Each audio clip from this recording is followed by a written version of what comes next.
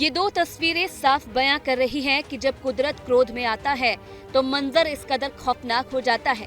बसी बसाई दुनिया उजड़ जाती है, जिंदगी काल के गाल में समा जाती है और कभी ना भर पाने वाले जख्म दिलो दिमाग पर हावी हो जाते हैं।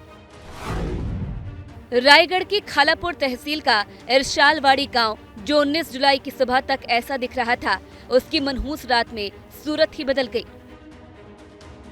बिना बुलाए आई पहाड़ तोड़ मुसीबत ने लोगों को सोचने भर का भी मौका नहीं दिया और जिंदगी चट्टानी मलबे में दबकर रहम की दुहाई मांगने लगी। परिवार के लोग कितने लोग होंगे अंदाजे? अंदाजे 500 से 600 500 की लोक संख्या है। ज्यादा है। मानो कि पूरा पहाड़ इस गांव पर पलट गया और भूस्खलन से आदिवासियों का ये गांव तहस नहस हो गया। चीख पुकार और हाहाकार मच गया। 248 जनसंख्या वाले गांव में हादसे के वक्त 210 लोग मौजूद थे। लैंडस्लाइड के दौरान बच्चों और महिलाओं समेत 75 लोगों ने अपनी जान बचा ली, लेकिन कई लोगों की जिंदगी इस कुदरत के कहर में खामोश हो गई। मौके पर एनडीआरएफ की टीम पहुंची, मलबे से लोगों के शव बाहर निकाले गए, साथ ही कई लोगों को सुरक्षित बाहर निकाल लिया गया। बेस कैंप पर इस प्रकार के टेंट लगाए गए हैं और इसी टेंट में जो गांव वाले हैं, इरशालवाड़ी गांव के लोग हैं, वो इस टेंट में बैठकर इंतजार कर रहे हैं कि कोई सूचना मिले कि उनके घर के लोग, उनके परिजन किस स्थिति में हैं। मदद के लिए एनडीआरएफ के साथ 1000 मजदूरों को भी लगाया गया। लगातार मूसलाधार बारिश और कोहरे की वजह से राहत बचाव काम में दिक्कतें आने लगी।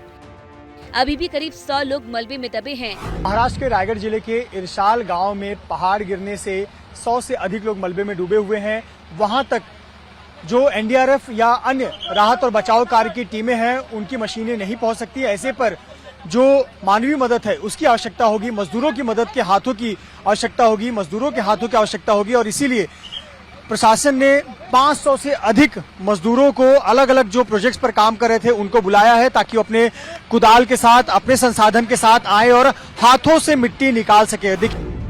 दर्दनाक हादसे की सूचना पर सूबे के मुख्यमंत्री एकनाथ शिंदे बिना देर किए मौके पर पहुंचे, हालात का जायजा लिया और हर संभव मदद के निर्देश भी दिए। महाराष्ट्र में आसमान से बरसती आफत ने जिंदगी की रफ्तार पर ब्रेक लगा दिया। ये तस्वीरें मुंबई अहमदाबाद हाईवे की है।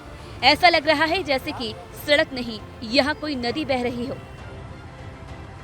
पानी के बीच से ही गाड़ियां गुजर रही हैं। हाईवे पर पानी के चलते जाम के हालात बन रहे हैं। दूर तक इस इलाके को जल ने अपनी कैद में ले लिया। दूर तक नजर दौड़ाकर देखिए, सैलाब ही सैलाब नजर आएगा। मुंबई के नजदीक पालघर का ये वसई इलाका है, जहां ड्रोन से ली गई इन तस्वीरों में बाढ़ की विभीषिका साफ देखी जा सकती है। पूरा वसई इलाका ही जलमग्न दिखाई दे रहा है। पालघर में जल भराव की वजह से ऐसे हालात हो गए कि सड़कों पर पैदल चलना नामुमकिन हो गया है।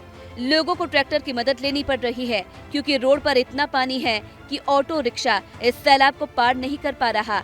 ऐसे में सड़क पर ट्रैक्टर ही ट्रैक्टर नजर आ रहे हैं। मैं इस वक्त वसई में हूं और देखिए कि किस तरह से चारों तरफ पानी ही पानी नज़र आ रहा है। इस वक्त मैं एक ट्रैक्टर में मौजूद हूं। ट्रैक्टर में इसलिए कि जो लोग इस शहर में काम करने के लिए आए हैं, अभी उनको स्टेशन जाना है और वहां पर पहुंचने के लिए ऑटो रिक्शा या गाड़ियां नहीं जा सकती हैं।